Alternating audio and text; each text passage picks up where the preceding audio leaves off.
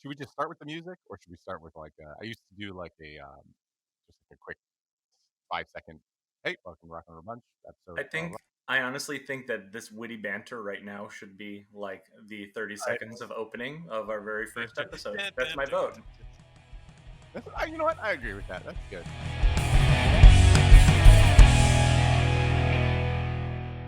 Welcome to the Rock and Roll Brunch reintroduction, episode 1 Mm. podcast.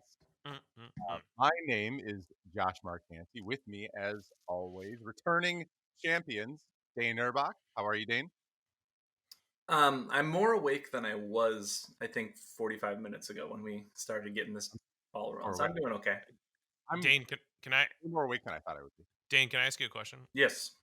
Is that enough coffee? Well, considering that I'm almost out, and Yeah. there may be a moment where I need to run upstairs to get more. No, not enough coffee yet. It's not enough coffee. Mm-mm. It just doesn't look like it. No, I just drank for the first time.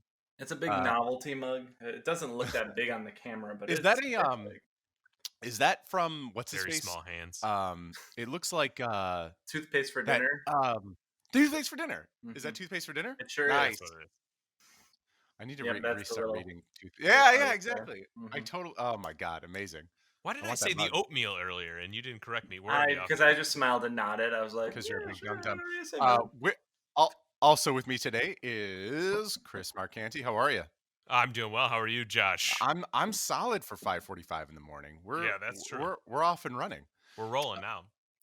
So this would make it the earliest that we've ever gotten together. I think we had a show. Black Friday was probably the earliest I think we ever got together before that, which was like, I don't know, like 8 a.m. or something. This is a new world. This is a new. We started in 2009. Was it right? 2009? Yeah, sounds about right. 2011? No. When did we do? When did we start doing this? Originally, 2010. it was an odd number. It was very hot. I think it was It was hot 9. there. It was very hot. I've Yeah. never been. I think it was 2009, which, if we had kept doing this for the past 11 years. Oh my god, we would have been. This would be episode like 500. Yeah. Well, if you're confused by that, that makes perfect sense. We actually, for the listeners, used to get together and do this show many years ago, pre-children, pre-marriage. Dane, I think Dane was the only married one at the time, I was right? married, yeah, for sure. Yeah. No. Now we're all married with children, and we're a little older. Just like Olaf says, a little bit older, a little bit wiser, maybe. Solid it is. reference. There it is. I mean, that's 3 minutes in. That's 3 minutes in. I think yeah, since so we we're used to all get together. dads, we need to accept the fact that Well, our exactly. is just going to be in a different ballpark than it usually is. If you're not into dad banter, tune out now. So we used to get together. The idea was we would actually sit together in the same diner. We would get brunch, so there would be a lot of chewing in the microphone. I would literally record on my iPhone, and we would get waitresses interrupting us, and we would get other patrons staring at us because they're like, clearly these guys are doing something. There was that one lady who had the missing leg that one time. You guys remember her? Mm-hmm. Yeah. It was that restaurant in Harvard, I think, and she had that missing leg. Yeah. Yeah, that's That I will tell you what, though, I don't know about you guys, but having that show as it was gave me a massive appreciation for like crappy, horrific dive breakfast places. Are you in the same boat? Yeah. I feel like I feel like we could. There isn't a chance that somewhere in a distant future we should start doing it that way again. But 100%. Hashtag pandemic, and we won't be able to anytime soon. I mean, and also finding the time with our life obligations and stuff might make it more difficult. But I'm game. I thought it was like the best part of it is just eating like hash brown platter and like talking about major record labels. So a skillet. People looking at us in the restaurant going like, what are they talking? What is going on right now? Yes. I remember people telling us Dane's to be go-to was a quiet. skillet. Oh, telling us to be quiet. Do you remember people telling us to be quiet? Oh, yeah. Talking to Didn't we fight somebody one time? I think we it's were like on the recording. Are all of our old episodes going to be tied to this? No, this will be episode. This is clean. This is episode 1, a reintroduction, clean break. So maybe somewhere down the road we can figure out a way to introduce Oh yeah, like have some have those legacy old stuff. episodes out there. They may not be as newsworthy or relevant, but some maybe Maybe we'll similar. just Stitch it in. maybe we'll just clip out people yelling at us. Stitch it in. I like it.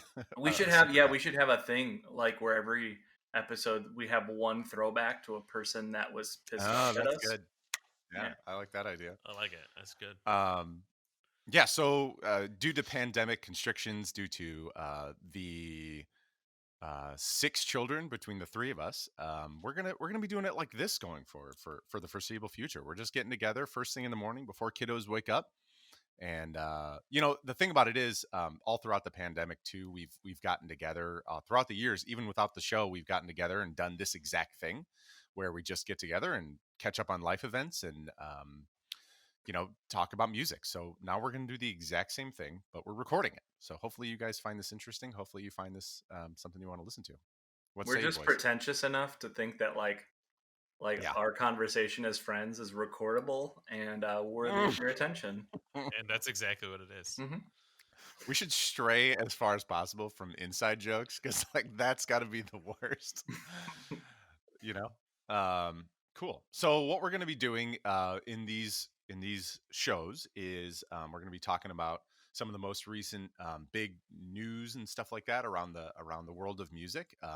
We happen to have a rock and roll leaning, so we're kind of look at things through that lens. That's kind of where our home base is, but certainly this will extend way beyond that. Specifically, even today we're going to talk about stuff that isn't rock and roll focused.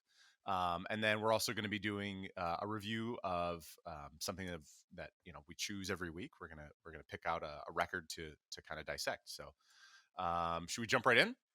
Yes, let's do it. Cool. I forgot to set my watch, so now I've done that, and I know how much time we've spent here. I have it on my phone too. I'm able to see. We're 8 minutes in. Oh, perfect. So. Yeah. Oh yeah. Okay, cool. Well, I don't need a stopwatch then. Like a track coach. So the first thing we're going to talk about to episode 1 here. It's an article from the Rolling Stone magazine. It is How 2020 Changed the Music Business Forever. I like to credit people. I don't know about you guys. When I read books to the kids, I always read the author. Do you guys do that? No. Yes. I probably should. Yeah, aren't you an author that should credit authors? I mean, it doesn't matter to them now, but I think eventually, my older son knows, the authors he likes and stuff, though. So I just don't read it to my 1-year-old. My wife always goes, "Why are you reading the author?" And I'm like, "I don't know. It's on the page. I just read it." So this one was by Amy Wang, Ethan Millman, Tim Ingham, Samantha Hissong, and Simon Vosik Levinson. I want to give credit where credit is due. So yeah, this article you should start by giving credit to people whose names you actually pronounce correctly. Are you kidding me? Wang, you botched Millman, no problem. Ingham, got it. Hissong, we're questionable, and then Vosik, we're out of. It's over now. Levinson. What did you say? Huh? So yeah, they're really talking about all the ways. 2020 has been a very weird year for everybody. It goes without saying. I don't have to rehash things that everyone has already said. But really, we're kind of looking at it through the lens of how 2020 has changed the music industry. Let me start off by asking, how has 2020 changed your guys' relationship with music? I'm so interested. Chris, I'll start with you. No, I'm so interested legitimately in Dane's opinion and Dane's perspective, just because you guys are hyping me up like I actually have a valid opinion about it. Dane. No, I first of all, you have a vested, interest in we all have vested interest in it, but from your perspective of managing artists and having to deal with that, I guess maybe just as a personal level, as a cover band, we haven't been able to play any shows at all, which is devastating. This is literally the first time in 15 years that I went almost a full year without playing any shows. We went without playing shows in front of people. That was a full year. Yeah, that's what I'm saying. It's we've done live streams, we've done all that stuff to try and make up for that, and we can talk about that too. But legitimately, it's like the first time in like 15 years we've gone this long without having to play a show, and that, from that perspective, that's devastating, just because, like, I like being a performer and all that good stuff. But from a music perspective, I also like going to shows, and one of the things also about the three of us is that we would typically plan 1 to 2 a year of like what we call dad bro shows, where we'd go out and like pick a band, and they, of course, we're all in our 30s now, and they're all doing like, we're gonna play this album back to, so that's the thing that excites us. Yay, nostalgia. Yeah, exactly. But none of that's happened this year. Zero live shows. And just so from a consumer of music perspective, it's been, devastating to not be able to go and participate in that stuff and get For sure. like, front of live music and just feel that like charge up that you get from listening or watching live music. But I you kind know, of from mark, a not to interrupt, but I kind of mark no, Visu, no. that we saw Thrice's Visu like full Mm. album tour. Yep. And I kind of mark that in my brain as like the The last very fun time last you had. fun thing I did before the pandemic. Do you guys do that too? Literally. Because it was like in late 100%. February, Absolutely. right? Late 100%. February, Yeah, No, yeah. was it January? Wasn't it January? January maybe. Was it Yeah. almost a year ago? January, Somewhere. February. Yeah. Yeah. Yeah, Yeah. absolutely. But still, Yeah. it I mean, felt to me like the time between that and the pandemic was just sort of like more more just taking life for granted time, and that was my like cool thing that I did in the beginning for of the year sure. before the pandemic. And yeah, it's been weird Yep. to not do those things for sure. Yeah, yeah, Dane, how has your relationship with music changed in 2020? Well, we mentioned this in like our little intro episode, but I got a tiny little record label, and it's more of a And hobby what's than that? What's that called again? The a record label? Jetsam Flotsam. I mean, that's none of my business. Yeah, I mean, and obviously, I have to say you have to go to jetsamflotsam.bandcamp.com and check out some songs and bands and stuff. But from a small, tiny label perspective, kind of like more like a hobby. Um, like we had a great year, and when I say great, I mean we sold hundreds of records instead of like dozens.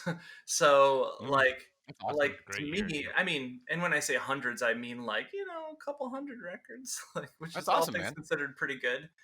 We're a really modest record label. We only make a couple hundred records or a couple hundred cassettes at a time. So we had a great year because of Bandcamp Fridays. Bandcamp Fridays is a great way to get people involved. Which which was it? Which was in this article? If Right. you saw that little portion, yeah. Oh, for That's sure. interesting. And I know my label is so small that like getting a dozen orders on a Bandcamp Friday is a real big deal. But for other artists and for other larger labels, had to have been lots and lots of sales, right, on those. We also had a good year just because we're getting a little bit better at figuring out the way to market to music in Yeah, like the era of TikTok and the era of yeah. it takes a longer lead time. It takes the right kind of music, finding the right kind of readership and the right kind of audience and the right kind of way. And I wouldn't say we got lucky with one of our records by selling a lot of them, but because I don't think luck had anything to do with it because the band is amazing. But also, I think we were strategic. We found the right Promote the people. band. Yeah, well, Bound Which band is it? released this great record called Haunts, and it's really eerie and Oh, it's so good. haunting, and it's a cool like post-rocky kind of I mean, there's vocals, but it's just a dynamic orchestral kind of record that feels very like post-metal-y sometimes. I don't know. I really Hmm. like it, and we sold a lot of the records because the records look good, because the record sounds good, because the band is amazing, because we found the right marketing team to put the record in front of people who will like it, which is really hard to do in the era of like So internet it's music. fun. So It's funny to say that because the article talks about, um, you know, really the only way that I think I'm going to quote the article and say that the only way to break out in 2020 was effectively on TikTok. Like if you weren't on TikTok, Hmm. there's no real way for you to get discovered. I mean, how do you guys feel about that? As 330 somethings that all new discoverable music happens on TikTok. How do you guys feel about that, Chris? Yeah, I think what's interesting, especially about music as a through line throughout history. Every single time people have used technology, you know, attached music to new technology, and every single time it makes people uncomfortable whenever Yeah, there's these that's a good point. dynamic That's a changes really of good point. things, Yeah. right? And so TikTok is just this, it depends on the music you're producing and all the different things that you're looking for, but TikTok's definitely skews to younger people, but it's in this short form segment that Mm, allows you to just grab the chorus of a song. yeah. And so people are like, I don't know if you've ever been on TikTok, but you just like flip, Tell us flip, how flip, TikTok flip. works. It's just videos, just little videos. I go on Oh, Come there. on, old man Uh, TikTok, tell us all yeah. about it. what's your favorite TikTok dance, Chris? Who are your uh, TikTokers that you like? Is it Who are you, who, are you, who do you follow, or what's the influencer that I don't know how that goes? oh God, there's some really funny ones on there. Anyway, uh so that when people are streaming through, they go, there's a huge chorus or something like that, and they want to find out what it says it in the whatever. And any way at all in this era of music, especially and this is something we've been talking about honestly for like 11 years, is the volume of music that hits the internet. Any way that can find its audience in whatever platform, I mean, You're very pro that. You're very I'm pro, like, extremely pro that. I'm yeah. extremely pro that. Why do you think you're pro, like, new avenues of music, new like you said, the technology changes the way people receive that information. Why do you think you're so, like, Yeah, progressive in that I way, think it's as I think opposed to it's old and curmudgeon? I think it's because I I'm not I don't play an original band, and I don't try to make a living off of being in a band, but it's got to really suck trying to do that as a musician. Yeah. And any way that it can help people, but get out there more, the better. But Mm, what's happening right now, and they certainly talk about in the article, uh, is that like the music portion is the content portion, right? yeah. So it's part of the music portion actually has nothing to do with what you buy and sell, right? Because the way that people are consuming music nowadays, especially through Apple Music and stuff like that, by volume, right? People still buy records and all this other stuff, but Sure. Sure. um, that's the content portion. How do you go to getting people from absorbing your content to purchasing higher margin things like Mm, vinyl, perfect example, yeah. t-shirts, tickets, if it's available at the time. So any way that you can get the content out there, I'm just completely pro. I think it's the only way to really help bands anymore. You know what this article didn't talk about is, I'd be really curious to find some actual numbers. But I mean, obviously, being on TikTok and going viral that way, translates to popularity. I just and I'm certainly probably sure down the line it translates to music sales as well. But I'm just curious to see, like, what's that actual ratio, like people being viral on TikTok, and does that equate to sales, like actual? I wonder if Dane knows. I Dane don't looked know. like he has some. But I Oh, do have a thought about that because yeah. so I bought my mom a Megan Thee Stallion CD for her for Christmas. She You seems know, like the kind of person who'd be really into Megan Thee Stallion. yeah, Super into it. Yeah, she's that's straight up twerking Midge's into alley. Uh, um, without going any further down that road, um, so one of the and this is the case with my mom all the time, right? Because she really likes pop music. She like blasts it out of her like she used to have a You would never 1994 expect Geo that. Tracker, but now it's a Soul Mm. Rio, but they're both were bright red and have these subs in the back where you can kind of hear the vibrations through our little town that we grew up in. She's a dancing hamster. Yeah, I mean, like, but like the boomer version. Dated reference. I don't know. Anyway, Dated so reference. uh, it's always really hard to find the CDs of the artists that she likes. Um, Mm. it was not easy finding Megan Thee Stallion's first. I mean, her first full length record, right? Wow, that's interesting. Everybody Yeah, knows it that. was her first full length, as far as I'm aware. And it's one of the bigger records that came out this year, and I could not find that CD for sale somewhere because my mom doesn't like Interesting. stream. Like, she barely knows how to. She has her phone that she basically uses to check the weather, and that's it. Interesting. So my take is, like, there's a threshold, right, where, like, I think most of the artists that are getting popular on platforms like that are the sorts of artists that are probably not making their money off of physical music. Like Yeah. they're making their money by Oh, placing them in uh Video in like games. licensing and stuff like Yeah, that, or they're yeah. The making their article covered that. Yeah, right. They're making their money by getting like popular and getting a lot of streams. They're selling, like they listed all of these SoundCloud artists that had like these breakouts on TikTok and stuff, whom, I'm old and like I'm an old middle-aged bald guy, right? So I don't know who these artists are. I don't suspect they're going to have a lasting impact on the music industry. But that's my like old cynical like yeah. my So old yeah, I guess cynical take. But that would be the question: is like, does it uh does it being popular on TikTok? Does that have that's a good point. Does but that mean like, hey, in 20 years we're gonna remember Travis Scott and how good his music was? well, so Travis Scott's a little different because Travis Scott got really popular before TikTok, and like my Yeah. students were But he jamming had a hell of a year in Travis. 2020. Yeah. Yeah, like my students were jamming Travis Scott like a while back, and his whole shtick now is a whole different kind of how do we use a name to make money, and it supersedes music, right? But Yeah. like Right. TikTok for me, I know this makes me feel really old. And I'm sorry about this, and I feel like this might be a trend in a lot of our new This is a podcasts. motif for you. Yeah, Yeah. but Chris, this I have to totally disagree with Chris. I feel like using Hmm. TikTok to discover music is like walking through like a grocery store and hearing a song and being like, "Oh, I like that song." Like it's essentially reduced to background music. It's like watching a commercial and being like, "Oh, that ukulele song that's being played in the background of that Chase commercial, I really like that. That's my aesthetic. I totally Mm. want that on my playlist. I want a whole bunch of indie ukulele songs on my indie ukulele mm, playlist." And I feel like I feel like TikTok reduces the music to like a background image. I don't know. That's just sort Mm. of me. It Yeah. doesn't. Yeah. yeah.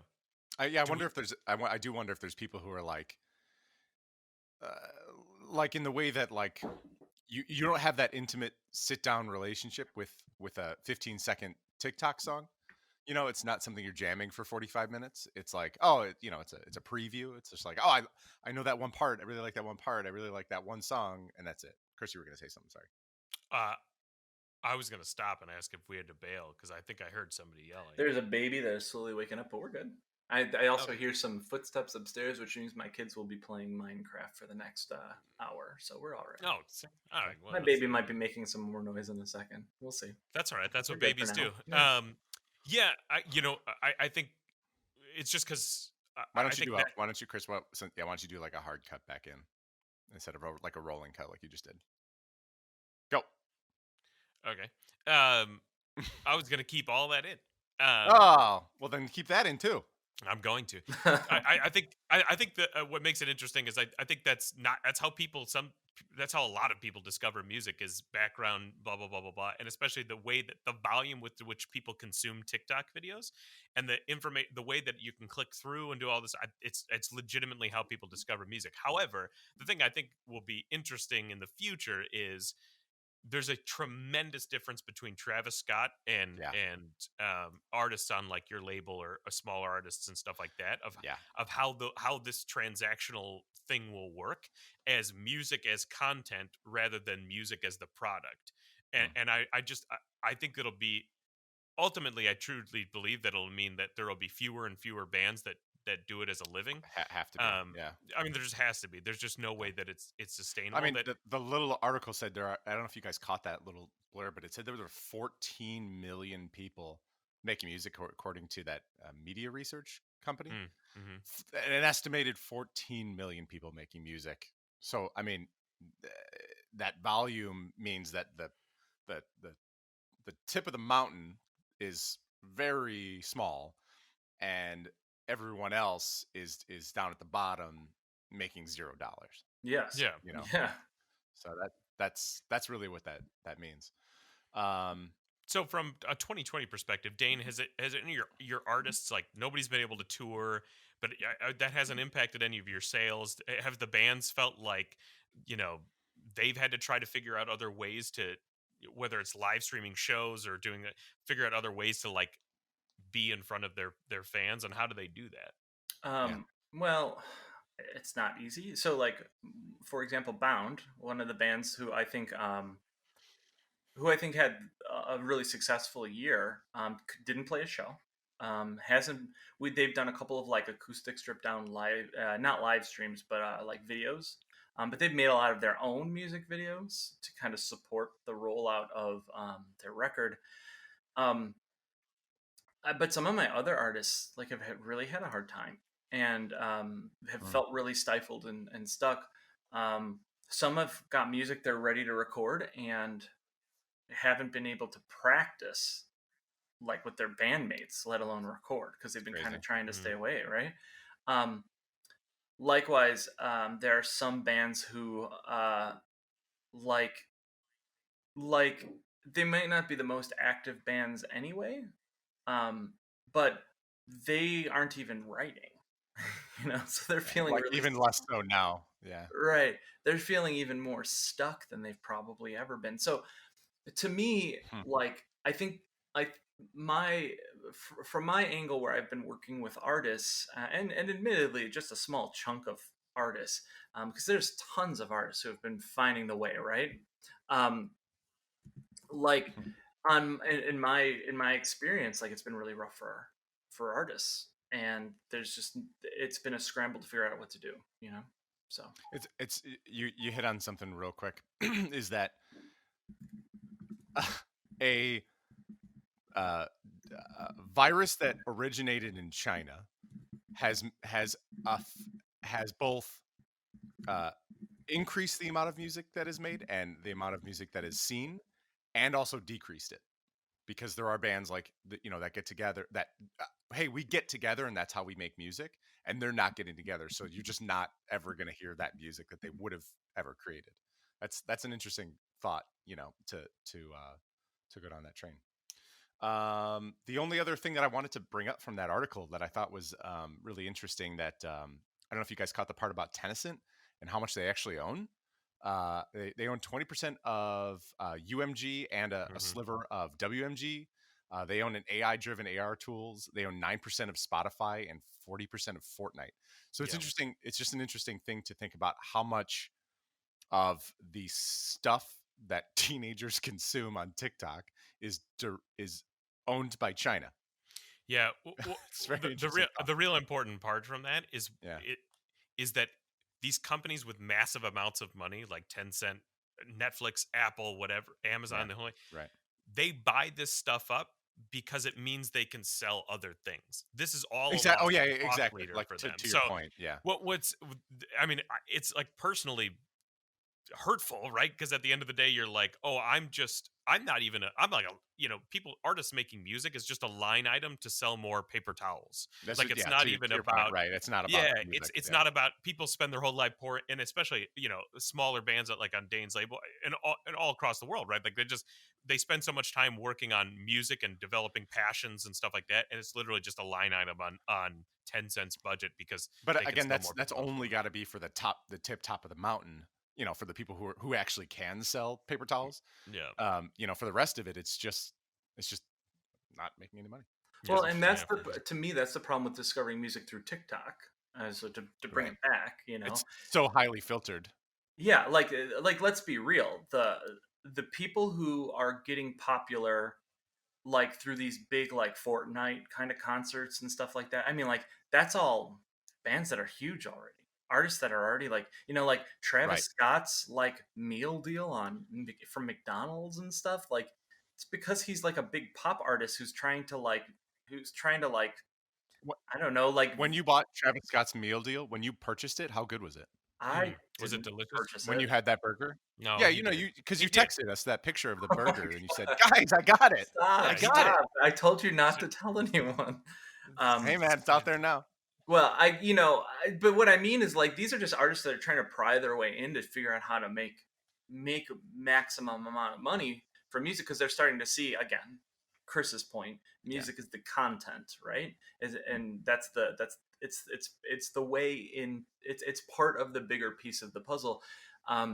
and it doesn't leave room for smaller acts to get attention, because we've got this super saturated music environment where it's hard to, like, when you find an album that you really like, you're going to jam it for 2 weeks and then forget it the rest of the year, because there's so much more competition, there's so much out there. And this is also back to the whole TikTok thing. It's like the artists that are getting like momentum on TikTok also are the artists that like get lucky. It's not a matter of, I mean, maybe it's unfair to say it's not a matter of talent, right? It certainly is. They're doing something right if they're getting people's attention. But dude, like songs from the 1970s are becoming like hot songs because the right TikToker put it in front of the audience of Generation Zoomers that are like, oh, this song is totally part of my aesthetic. It like it totally fits their vibe for the week, And I guess what I'm saying is like music now has been reduced to a thing that comes as a side with your cheeseburger. And I know that sounds like, but and it begs the question: has music always been like that? And maybe it should never have been like that, right? I have one more quick thought for you, and I think you guys will probably vibe on this, because this goes a little bit along with like the kind of music you guys have been playing. But like, I feel like, and we've had this conversation before, of music going from kind of an album format to a single format, and it feels like this year is a year more than ever, with like Spotify playlists being the way that people consume music, that people are more single driven than album driven, right? Do you guys agree with that? Chris?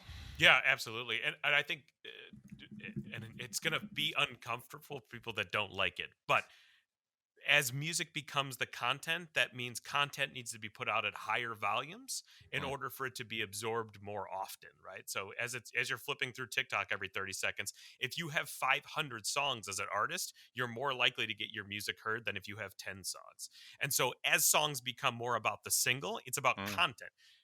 And so there are some people that say, all right, there's 365 days in a year. As an artist, you should put out 365 songs, right? Maybe one of those is a hit. And and that sucks for bands that are trying to make very impassioned music that is well curated and well. But what that'll ultimately mean is that what gets valued more over time is your ability to produce songs that sound like everything else at a higher volume. That's what's going to end up getting treated better in terms of being able to be a successful artist, is how often you can put out songs, and whether or not the speed with which you can do that means a degradation in quality. Instead of taking 2 years to come out with 10 songs, you Even if better have 10 songs this week. Taylor Swift this year, right? Well, but even if it doesn't have worse songs, it still contributes to the super saturation. Like it creates a scenario where like if you're not a pop star who's recorded 2 albums this year of music, you're not relevant. Like it's even harder to find relevance, right? Yeah. I had a thought, it left me. So with that, we're gonna move on forward.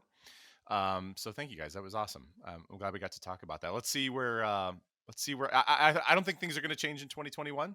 I think with the cat's out of the bag in a lot of these respects. So I'm really curious to see where things are going to go. Chris got something to say. I'm excited for the argument between Dane and I to continue ad infinitum about the how to get episode relevancy 1 arguing. Love it. Midstream bands. I think it's going to be cool. Interesting. Well, that's going to take us to the last portion of our show here, which we're going to talk about the most recent release by one of my favorite bands. That's Red City Radio. They released Paradise. What was the release? What do you guys know about when the release of that was? I could look it up. I'm actually a little confused about that because I know that it was released in last year. Towards the end of the year, but the vinyl I think is still in pre-order. Yes, the vinyl's not supposed to hit until next week or the week after, or something like that. Yeah, which I'm sure Dane, you know a lot about. Well, I haven't actually. I have had pretty good vinyl run times this year, but other labels have not. So, yeah.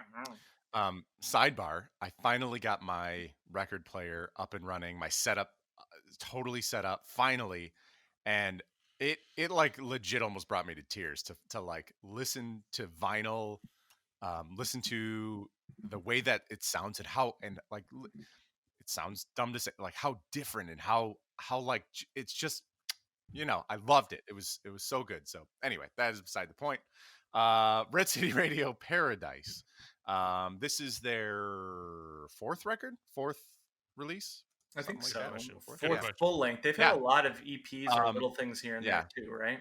We in a previous life with Rock and Roll Brunch, we actually did get to sit down with those guys and Sure. chat when Spinning in Circles came out. So that's why we thought it would be poignant, episode 1, to get back to some roots a little bit. Dane, no, screw you, Chris. Yeah. Give me some thoughts. What do you think? What did Yeah. you think? I'll be relatively brief too. I think this is. It's hard to say favorite album of last year, but like easily in the top couple in terms of favorite albums of last year. I've always been a fan of Red City Radio. They've gone through a couple of iterations where, like, I don't know, Yeah, the songs band haven't members. Oh, okay, haven't yeah. touched me as much, and certainly band members flipped over and over, a couple times. But I just, there's a swing to Garrett's voice that I love. Mhm. The lead singer, I just the way that he swoons in one way or the other, but He it swings and also swoons. swings and swoons, man. Swings and swoons. Swings and swoons. It also goes like super fast, mid tempo, slow, super fast, mid tempo, slow. Mhm. Sometimes in the same song. I Yeah. think the song Paradise is my favorite song on the whole album because it's got this like kind of, you know, I was higher gonna ask what your favorite mid songs were tempo too, but yeah. solos and like, it's just I think lyrically you could tell that it's Garrett or whoever's writing the lyrics going through a lot of stuff and like Yeah. identity and which I think everybody in their 30s that plays in a band of any sorts or has anything relationship with music has the same problem. And so it just in the way that like the Menzingers kind of deals with adult rock, this kind of felt that way Yeah, of like, for sure. For you sure. know, Yeah, I sometimes I felt like that. to drink and do this, and that kind of clashes with other adult life things. And so Mm. the record just it felt really good to listen to like fast punk rock, but of course vocally they're incredible, and the lyrics were just more touching than usual to me. See, I thought just it's funny that you say fast punk rock, because how did you feel about the transition from what would be art, like undeniably, like, spinning in circles and stuff like that, that transition of the band from punk rock to, I would say, like almost more like Americana rock and roll. You know what I mean? Like, you can hear some of those changes. Do you think they did that successfully? Do you like it? Did you like the change? How Yeah, did you feel about that? one piece of continuity with me that'll come up over and over again is that I really love pop music, and Yeah. I think they did the choruses bigger, they did the bridges bigger. Like when they slowed it down in the songs that they slowed down, they ended up being much bigger songs and much hookier songs, Yeah. Agreed.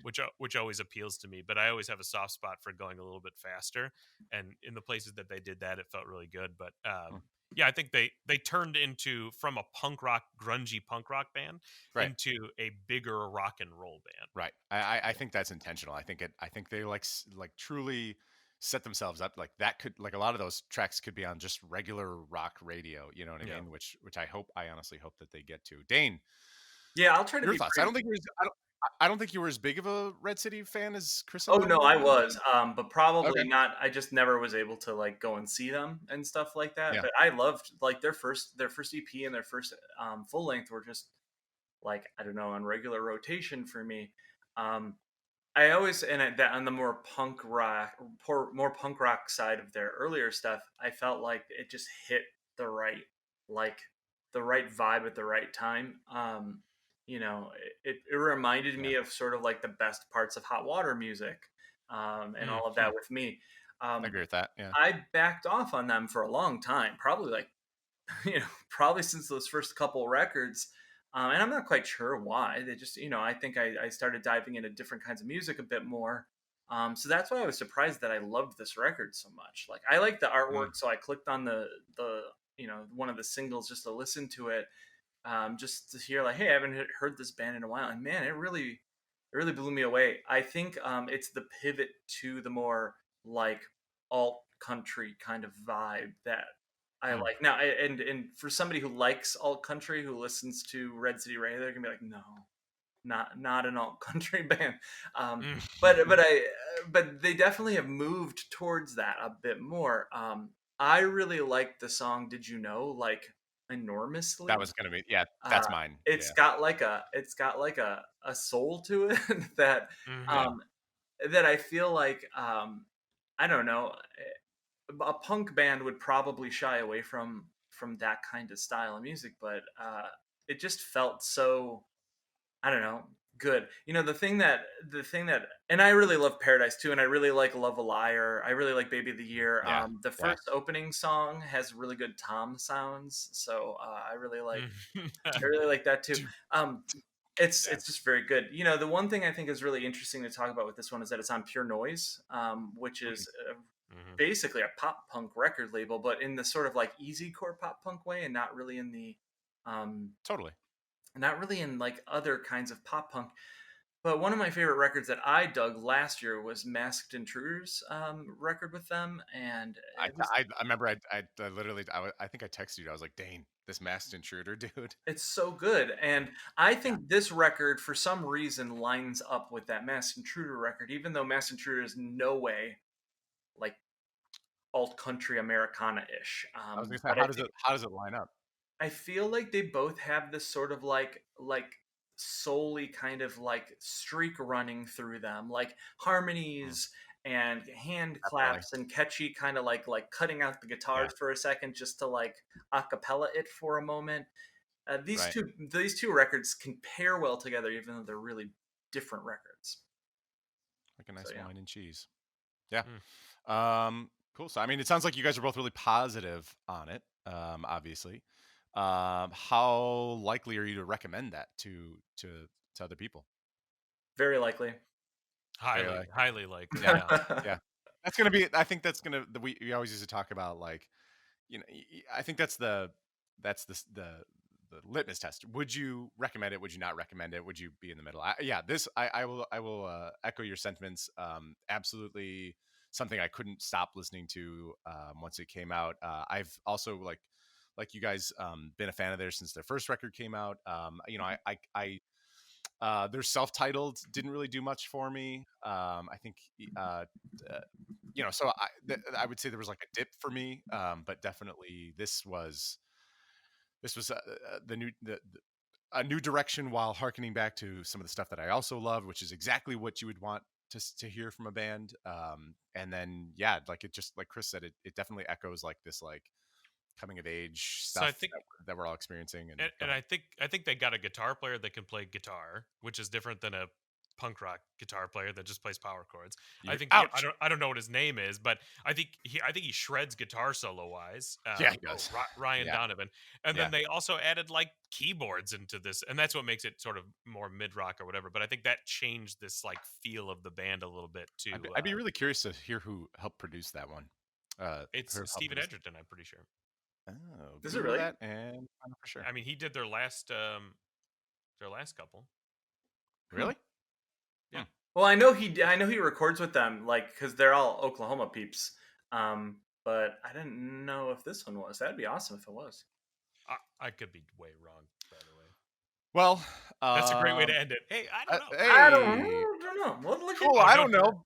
Bye. Yeah. Yeah, no. I think that's gonna do it here for us. For Rock and Roll Brunch episode 1, The Great Return. Mm. Um, Successful. We did it. Woo! Yeah. Cool. Awesome. Well, thank you guys so much for joining me today. Dane, thank you so much. Yeah, yeah. Chris, thank you so much for being here for joining me on this journey that You know we're you're gonna. welcome. Yeah, you don't have to say it. And thank you, listeners. If you have checked us out and enjoyed this episode, please let us know. You can find us on Instagram. You can find us on Facebook. You can find us on everywhere that podcasts are available. We'll also be on YouTube. If that is your prerogative, you can see our stupid faces. So we will be back for episode 2 here shortly. Stay tuned for that. And with that, check, please. Forgot about that. I forgot about that.